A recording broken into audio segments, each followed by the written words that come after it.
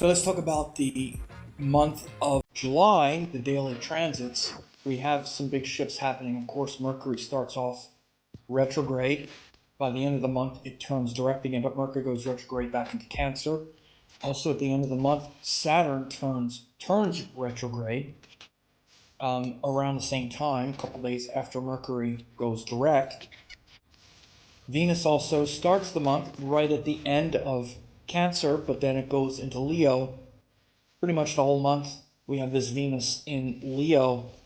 After about the 3rd of July, Venus is in Leo. It's joined Ketu for a good portion of the month. The first part of the month, it's very close to Ketu, so a lot of relationships and working through our sense of dignity and respect and things that we want from others in our relationships with Venus Ketu. And then the Sun also around the middle of the month, around the middle of July, goes into Cancer, right? It's in Gemini for the first part of the month, so that means that intelligence, discrimination, communication. Again, the first part of the month we're still working on figuring things out, what do things mean and whatnot. Again, the Mercury retrograde, and then in the middle, the Sun goes into Cancer, which is trying to bring those ideas into the heart, anchoring the ideas into the heart. Again, Mercury starts off retrograde in Cancer, which is connected to the heart, but sort of emotional thinking. But then he goes back into Gemini, where we then can carefully consider things with more intelligence and discrimination. So again, we'll see those shifts. Saturn is still in Pisces again, and then he's like 20 degrees Pisces for pretty much the whole month because he's stationary retrograde.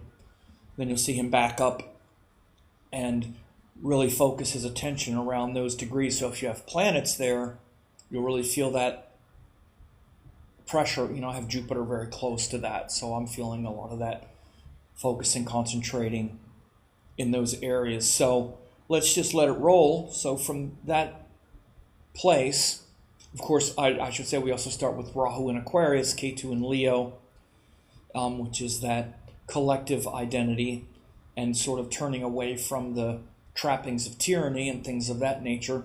Jupiter is also exalted in Cancer for the whole month, bringing that inspired teachings anchored in the heart, and Mars is in Taurus, pretty sure for the whole month.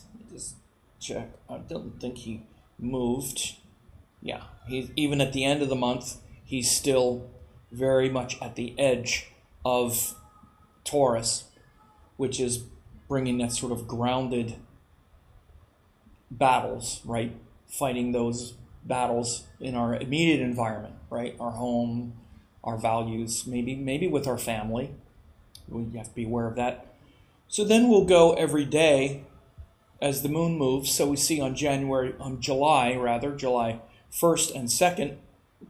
By the way, this time is set for New York, USA time. I'm here in Bali where I'm like 12 hours ahead of that.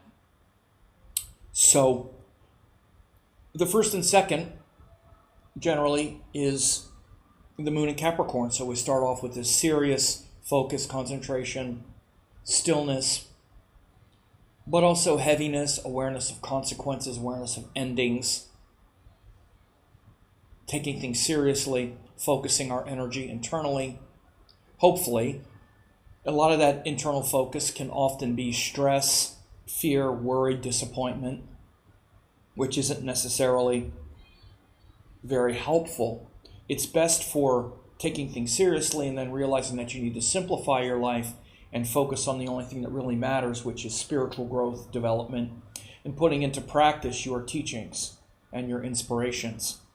Then on July 3rd, 4th, and 5th, the moon is joined Rahu in Aquarius, where we're connecting to that collective world, that collective sphere of culture, of, like I said at the beginning, where we're trying to find a common collective purpose and reality, turning away from the trappings of tyranny and the abuses of power that we see all around the world. That's why all of that's getting exposed especially in these terrible wars and whatnot, but we still see it, we're seeing it now. We're not just being, the propaganda isn't working anymore, but those old systems take a long time to die out, right?